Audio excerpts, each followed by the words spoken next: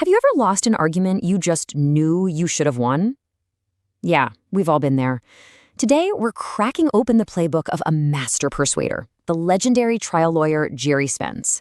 And listen, his method isn't just for a courtroom, it's for any time you need to make your case and, well, win. So let's dive right in. According to trial lawyer Jerry Spence, the first thing we gotta do is change how we think about persuasion. This isn't just some polite conversation. He says it's a battle. You know, whether you're trying to close a big sale, asking your boss for that raise, or pitching to the board, you are fighting for something. The stakes are real, and the same strategies that win in the courtroom can win on the battlefields of our everyday lives. Okay, so if it's a war, what's our ultimate weapon? You might think it's a slicker PowerPoint or using bigger, more complicated words. But Jerry Spence says, nope. It's actually something most of us have been taught to hide, but it's the real key to victory. And this right here is Spence's brilliant metaphor. He says we spend an absolute fortune on the $1,000 saddle. You know what that is? It's all the external tricks, the fancy graphics, the techniques we pick up at seminars. But we totally neglect the $10 horse, which is our authentic self. And as he puts it, you can't get nowhere with a $1,000 saddle on a $10 horse. The power, folks, isn't in the saddle, it's in the horse. See, it all starts with the person, not the presentation. So today, we're going to break down Jerry Spence's powerful method for finding and telling a story that actually connects, persuades, and in the end, wins. All right, step 1, discover the true story. This is everything. It's the foundation of any winning argument. Before you can convince anybody of anything, you have to find the real human story at the heart of it all. So how do you find it? Well, he has this 3-part process. First, you just brainstorm. No judgment, get every single idea out on the table. Then you find the theme, that one single powerful idea that captures the justice of your case. Think of something like, give me liberty or give me death. It's that powerful. And finally, you recreate the story using all 5 senses, making it feel totally real. And this is the crucial part. Facts and figures, they don't move people. Feelings do.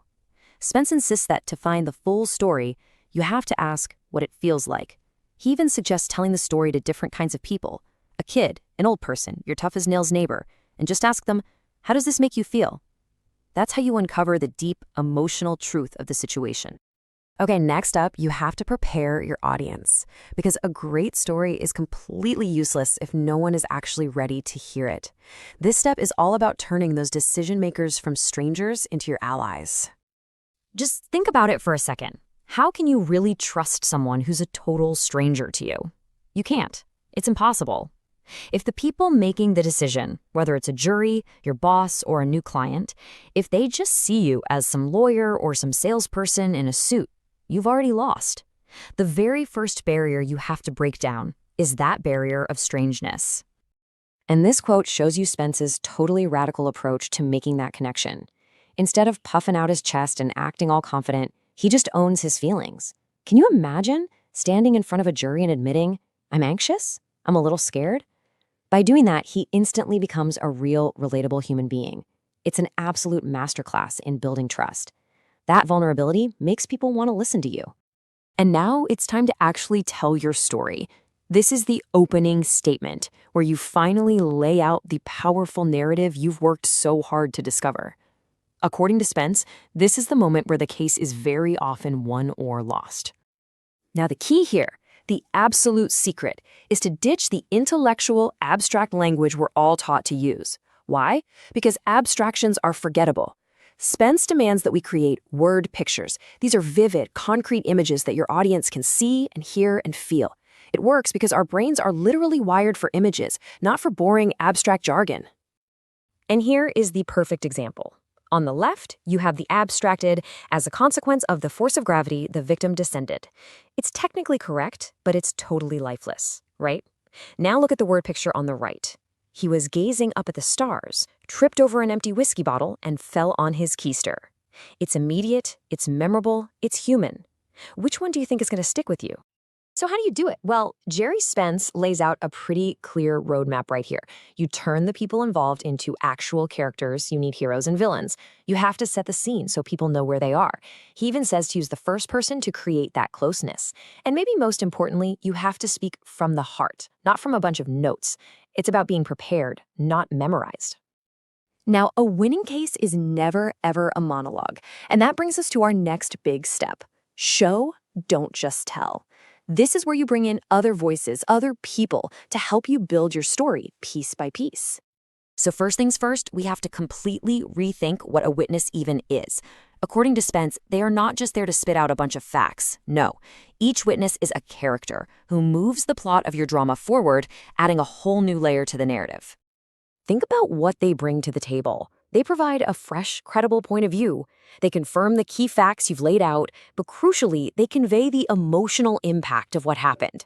They're the ones who turn your story from just a description into a living, breathing event. And Spence has this incredible technique to make this happen. Instead of asking a witness, "What did you see?" he asks, "What are you seeing right now?"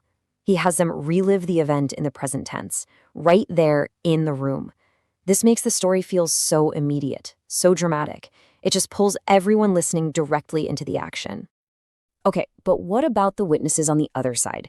This brings us to a really radical idea for cross-examination: expose the hidden truth. Spence completely redefines this. It is not about a brutal attack designed to destroy someone on the stand. It's a method for revealing the truth, and it all starts with compassion. Before you ask a single question, Spence says you have to reverse roles with them. I mean, really try to understand the person you're about to question. What are they afraid of? What pressures are they under? What is a day in their life actually like? Once you understand their motivations, you can guide them to the truth with understanding, not with aggression. It's a total game changer. So this all builds to the grand finale. Step 6, demand a just result. This is the closing argument. It's where you bring every single piece of the story together and you close the deal. And this distinction is absolutely crucial. You are not begging for pity. You are not asking for a favor.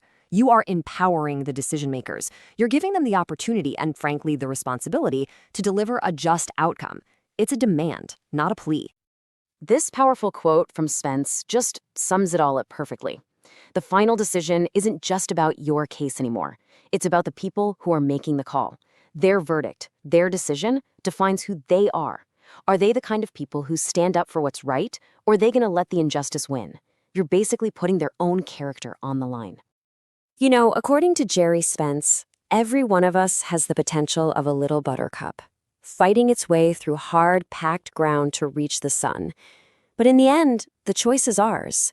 Will we just wither in the bud, or will we find the strength to bloom? So the next time you have a case to make, a story to tell, remember that buttercup and ask yourself that question: will you wither or will you bloom?